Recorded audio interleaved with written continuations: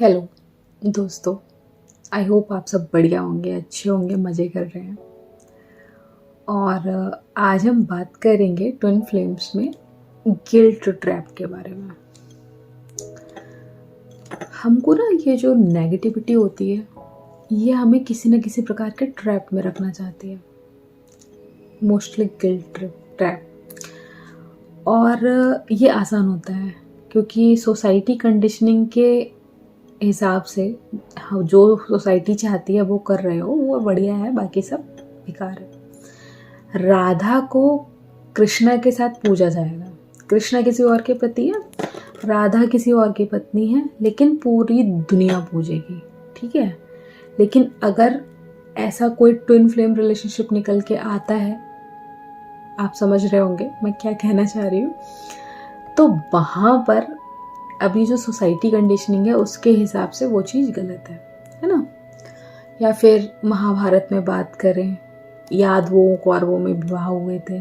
कौरव जिन्हें अभी कुर्मी कहा जाता है, कुरुवंशियों को कुर्मी कास्ट, तो वहाँ विवाह हुए थे, ठीक है। बहुत सारे, मतलब हमें नहीं पता किसकी क्या कास्ट है, शादियाँ सबकी हुई हैं। अच्छा, उस ईश्वर की, उन देवताओं की, भगवान की पूजा फुल होगी, लेकिन कास्टिज्म है, रिलीजन है, उसको खूब माना जाएगा, है ना। शिव कहाँ थे? पहाड़ों के रहने वाले। और देवी सती, राजा की पुत्री, एक प्रिंसेस, उनका विवाह हुआ, है ना। बहुत कुछ ऐसी चीज़ें हैं जो अगर हम अपनी जो हमारे वेद पुराण हैं जिनको ये सोसाइटी मानती है उनको कंपाइल करके देखें तो इस सोसाइटी को मानने का मन नहीं करता है। जो भी लॉजिकली फिट हो रहा है उसी को लीजिए, बाकी छोड़ दीजिए। अच्छा, इस सब से बाहर कैसे आए? और एक चीज़, अब पेरेंट्स बच्चों के साथ में उतने खुल के घुल के नहीं रहते। नॉलेज जितनी चाहिए बच्चों को उतना हम फ्रेंडशिप जोन में नहीं रहते बच्चों के साथ में, है ना। हार्मोनल बदलाव होते हैं, बहुत सारे हार्मोनल बदलाव होते हैं बच्चे में, उनके द्वारा उसकी बॉडी परिवर्तित हो रही होती है, बहुत सारे चेंजेस आ रहे होते हैं। ना तो शिक्षक शिक्षिकाएं उस बारे में बात करेंगे और ना ही पेरेंट्स बात करेंगे, ना उनके बड़े भाई बहन बात करेंगे, लेकिन क्यूरियोसिटी तो होती है। आपने छोटे बच्चों को भी देखा होगा ना, वो जिस चीज़ को मना करोगे ना वो वही करेगा दौड़ दौड़ के, है ना। जिस आप कहोगे उधर नहीं जाओ, वो भाग के उधर ही को जाएगा।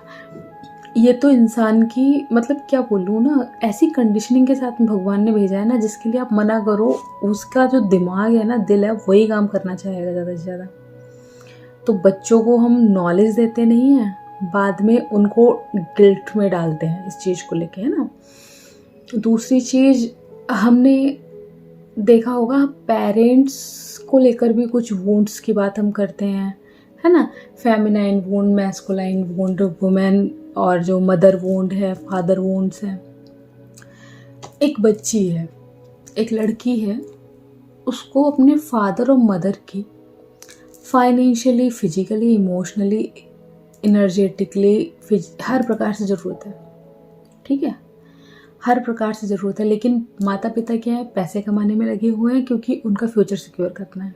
कौन सा फ्यूचर सिक्योर होगा जब वो सोशली भी डेवलप नहीं हो पा रहा है, एनर्जेटिकली डेवलप नहीं हो पा रहा है, उसको आपका फिजिकल टच भी चाहिए, है ना, लाड़ प्यार चाहिए, अपने पिता का सम्मान चाहिए। या एक लड़का है, उसको उसकी माँ टाइम नहीं दे रही है, मदर टॉक्सिक है, तो वो दुनिया भर में मदर को ढूंढता घूमेगा, वो हर किसी में माँ ढूंढेगा। अब उसका नॉर्मल है किसी भी टॉक्सिक रिलेशनशिप में जाके फंस जाना, और जब वो फंस जाएगा तो आप अकॉर्डिंग टू सोसाइटी उसको जज करोगे। ऐसे ही लड़की के साथ होता है। अगर कोई फादर फिगर उसके पास नहीं है, आप इसको नोटिस कीजिएगा, अपने चारों ओर नोटिस कीजिएगा, अगर कोई फादर फिगर उसके आसपास नहीं है तो जाहिर सी बात है वो बच्ची किसी न किसी टॉक्सिक रिलेशनशिप में फंसेगी, है ना। हो सकता है, ज़रूरी नहीं है टॉक्सिक ही हो, लेकिन उसको ज़रूरत है, उसको किसी फादरली फिगर के टच की आवश्यकता है ना। और वो फादर को हर किसी में ढूंढेगी। अच्छा, नाम देना हमें आता नहीं है इमोशंस को, क्योंकि हमारा इमोशनल डेवलपमेंट किया ही नहीं गया है। पेरेंट्स ने क्या किया है, पढ़िए, हमारा जो ब्रेन है, आईक्यू है, उसको डेवलप किया गया है ना, आईक्यू। और हमें को पैसे कमाने के लिए तैयार किया गया है, ना तो हमें सोशली तैयार किया गया कैसे सोसाइटी को डील करना है, ना तो हमें इमोशनली तैयार किया गया है ना। और ये बहुत ज़रूरी है, आप इस बात का ध्यान रखिएगा कि आप नेक्स्ट जनरेशन को पहले तो स्वयं इमोशंस को समझना शुरू कीजिए, अपने इमोशंस को नाम देना शुरू कीजिए। एक मैम है नमिता पुरोहित, वो बहुत सारी वर्कशॉप्स भी चलाती हैं और उनके बहुत सारे वीडियोस पड़े हुए हैं हरे कृष्णा टीवी पर, यूट्यूब पर ही हैं, और उनका खुद का भी चैनल है। वो इस बारे में बहुत ही क्लियरली और डिटेल में बताती हैं। कई 1-1 घंटे की, 2-2 घंटे की उनकी वीडियोस हैं, आप उनको ज्वाइन करिएगा, वहाँ से आपको बहुत हेल्प मिलेगी अपने इमोशंस को नाम देने में, है ना। एंगर है, गिल्ट है या लव है, किसी भी चीज़ को नाम देने में आपको बहुत ही हेल्प मिलेगी वहाँ से, ठीक है। तो बात कर रही थी गिल्ट की। अब इतनी सारी चीज़ें हैं कि हमारे साथ जो गुजरी हैं, हमें अच्छा किसी ने उस चीज़ को फुलफिल करने की कोशिश नहीं की है, लेकिन गिल्ट ट्रिप में ज़रूर डाला गया, या किसी ने नहीं डाला तो आपने स्वयं को डाल लिया, एक पिंजड़ा बना लिया अपने चारों ओर, अपने थॉट्स का एक पिंजड़ा क्रिएट कर लिया, ठीक है। और उस पिंजड़े में आप अपने आप को कैद रखते हैं। I am a nice girl, I am a nice man, I am a nice boy वाले जो पिंजड़ा है ना, नाइस मत बनो, अच्छे मत बनो, सही बनो, ये ज़रूरी है ना। अच्छी तो दुनिया बनना चाहती है, बन नहीं पाती, लेकिन सही बनो, अपने आप को सही कह पाओ, वो आवश्यक है ना। तो इस गिल्ट से अपने आप को बाहर निकालना पड़ेगा, और इस गिल्ट से बाहर आप तब आ पाएंगे जब आप ये नाइस वाला जो चोंगा है उसको उतारेंगे और आप सही होने की कोशिश करेंगे। इट्स ओके, कोई बच्ची है जिसके फादर उसको मतलब उसके साथ नहीं रहते हैं और वो बाहर किसी फादरली फिगर को ढूंढ रही है, तो ज़रूरी है कि फ़ादर उसके साथ थोड़ा सा टाइम स्पेंड करें। बचपन से ही हर बच्चे के साथ में दोनों माता पिता दोनों की आवश्यकता होती है बच्चों को। आप यहाँ से अपनी लाइफ में इस कंडीशनिंग को बिठाने की कोशिश कीजिए, आपको कहाँ कमी रहेगी पेरेंट्स की या मदर और फादर फिगर की, ठीक है। वो नहीं बन पाए, शायद उनको भी नहीं मिले होंगे ऐसे आइडियल माँ बाप, आप बनिए। मैं अपनी माँ की माँ बनी हूँ इमोशनली। मैंने बहुत ढूंढा अपनी माँ को अलग अलग लोगों में और अलग अलग दोस्तों में, और जैसे ही मुझे दिखता था कि she is behaving like my mother, मैं रन कर जाती थी वहाँ से, बहुत तेज़ी से रन करती थी उस रिलेशनशिप से। आई वॉज लाइक ओके, तुझे किस चीज़ की ज़रूरत है, मैं पूरी फुलफ़िल करूँगी, बस तू मतलब मेरी माँ की जगह पर है, ठीक। मुझे कोई भी एक फीमेल एज अ मदर चाहिए थी जो मुझे मतलब पैम्पर करे, क्या बताऊँ, आप खुद समझ सकते हैं। तो देखिए आप कहाँ पर इन चीज़ों को मिरर कर रहे हैं मेरे से, ठीक है, कहाँ से आप कनेक्ट कर पा रहे हैं इन चीज़ों को। और ऐसे बहुत सारी दोस्त मेरी दो फीमेल दोस्त रही जिनसे मैं रन करी हमेशा, है ना, माँ को ढूंढती रही। लेकिन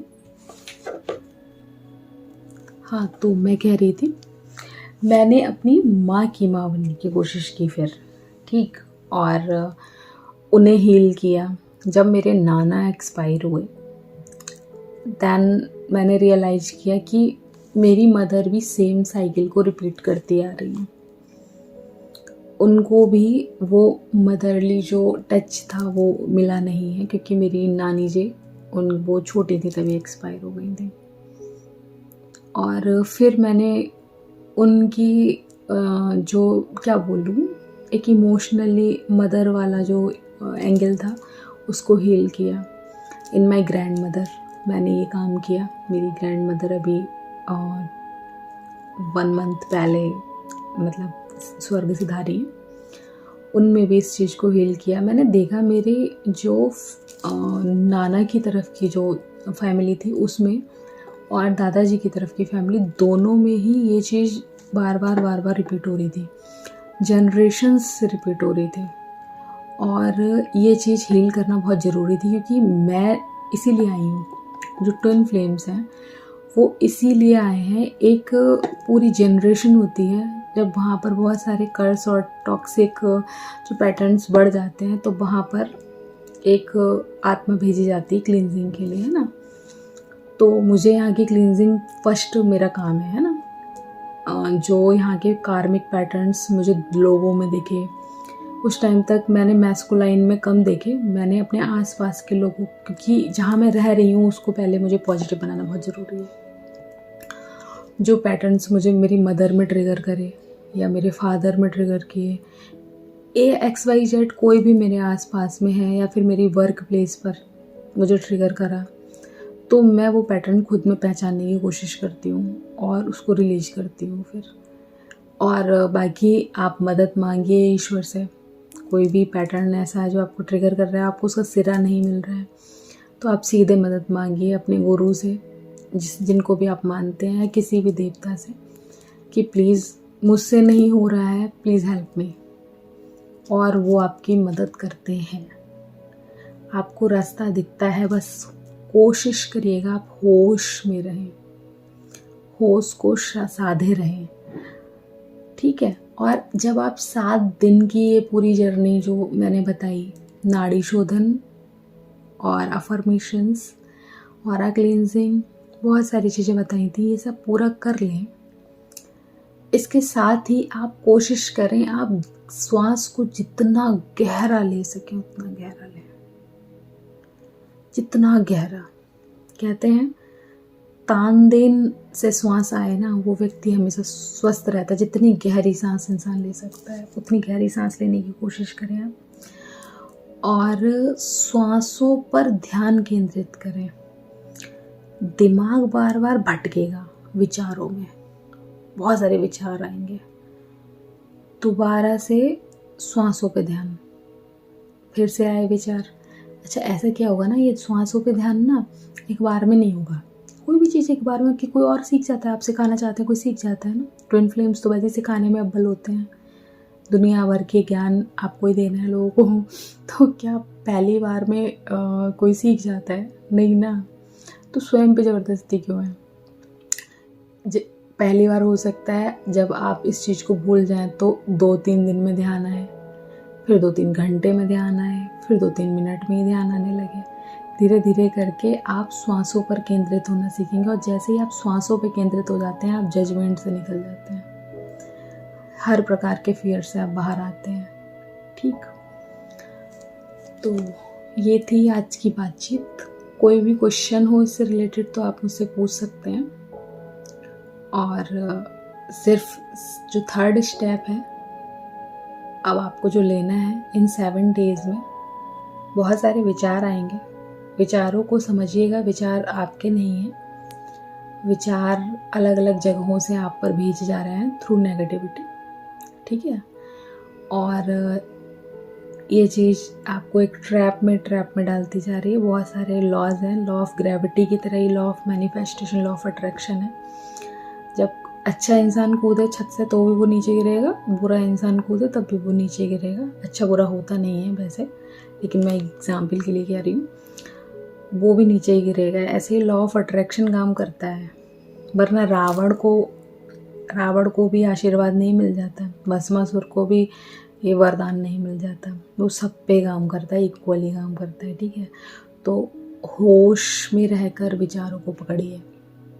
विचार तो आएंगे, जो लोग रोकने की कोशिश करेंगे, आप ओशो को सुनिएगा विचारों के बारे में, जो लोग, और इस चीज़ को मैंने बहुत गहराई में जाके फील किया है, विचार आएंगे और आप उनको रोकने की कोशिश करेंगे तो वो और ज़्यादा आएंगे, ठीक है। तो आपको उन्हें रोकना नहीं है, बस बहने दीजिए, पकड़िए मत। इससे रिलेटेड एक स्टोरी है। एक आदमी एक ऋषि के पास गया और बोला, मुझे एक मंत्र दीजिए कि मैं बहुत अमीर हो जाऊं। तो ऋषि ने कहा ठीक है, मंत्र दे दिया उसको। जब वो मंत्र लेके जा रहा था तो उसको ऋषि ने दोबारा बुलाया और कहा, एक बात का ध्यान रखना, जब मंत्र पढ़ो तो बंदर का ख्याल ना आए। अब वो आदमी गया घर और उसने बड़ी कोशिश की बंदर को ना सोचे, बंदर को ना सोचे, लेकिन वो बंदर दिमाग से निकला ही नहीं। वो लौट के आया, बोला ये मंत्र अपना वापस लीजिए। आप अगर यदि ना कहते बंदर के बारे में तो मैं नहीं भी सोचता, लेकिन जब आपने कह दिया बंदर तो मेरे दिमाग से निकल ही नहीं रहा है। ऐसे ही हमारा माइंड काम करता है। ये विजुअलाइजेशंस की फॉर्म में देखता है। बहुत बड़ा कैमरा है अंदर, है ना। कभी आंखें बंद करके देखिएगा, ये तीसरी आंख पर भी एक कैमरा लगा हुआ है, ठीक।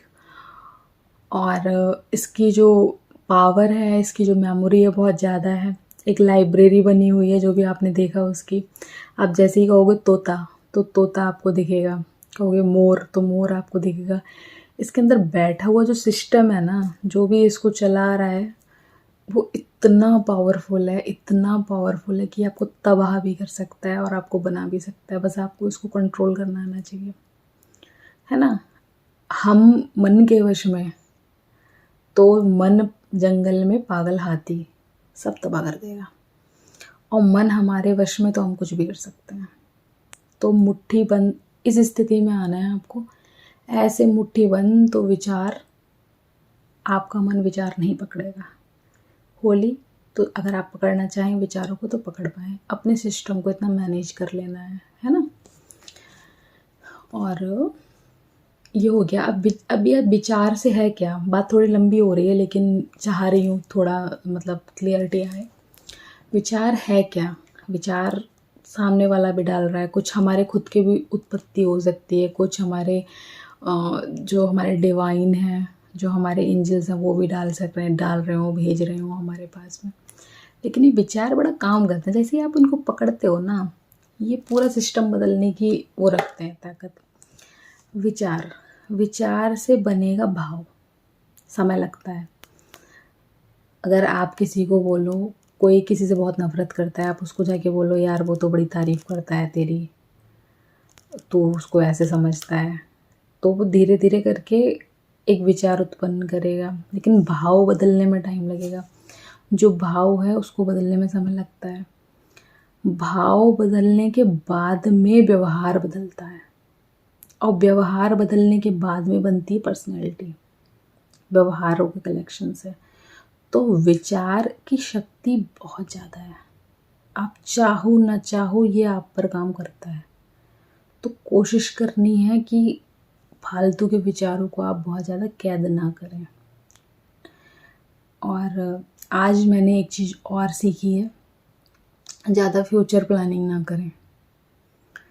सामने वाला आपके, सपोज़ आपके मैस्कुलाइन आपसे कम्युनिकेशन में नहीं है और आपको ऐसा फील हो रहा है कि अभी कम्युनिकेशन होने वाला है आपका, जो भी कम्युनिकेशन में रहते हैं, बार बार कम्युनिकेशन इन और आउट वाली कंडीशन रहती है।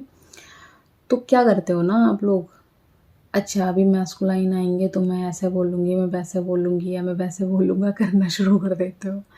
तो इससे क्या होता है ना, आपको जो रियूनियन हो रहा होता है उसमें बाधा उत्पन्न करने लगते हो। यही टैरो रीडिंग ना देखने का कारण है। टैरो रीडिंग नहीं देखें आप, गाइडेंस के लिए देखिए।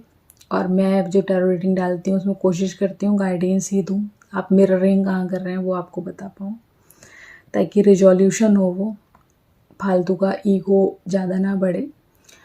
तो मैस्कुलाइन को लेकर बहुत ज़्यादा, मैस्कुलाइन है किसी भी चीज़ को लेकर बहुत ज़्यादा प्लानिंग ना करें। अरे सामने वाले को आने तो दो, उसको एक्शन तो करने दो, तभी तो रिस्पॉन्डिंग करोगे। फालतू में मतलब उसका एक्शन नहीं आया, आपकी रिस्पॉन्डिंग तैयार है, वो आएगा ही नहीं, वो एनर्जेटिकली भाग जाएगा आपके पास से। ठीक है, जैसा एक्शन आए वैसे रिस्पॉन्डिंग करें। और ध्यान रखें, अगर कोई एक्ट कर रहा है तो हमें रिस्पॉन्ड करना है, रिएक्ट नहीं करना है। ठीक है, रिएक्शन खराब होता है।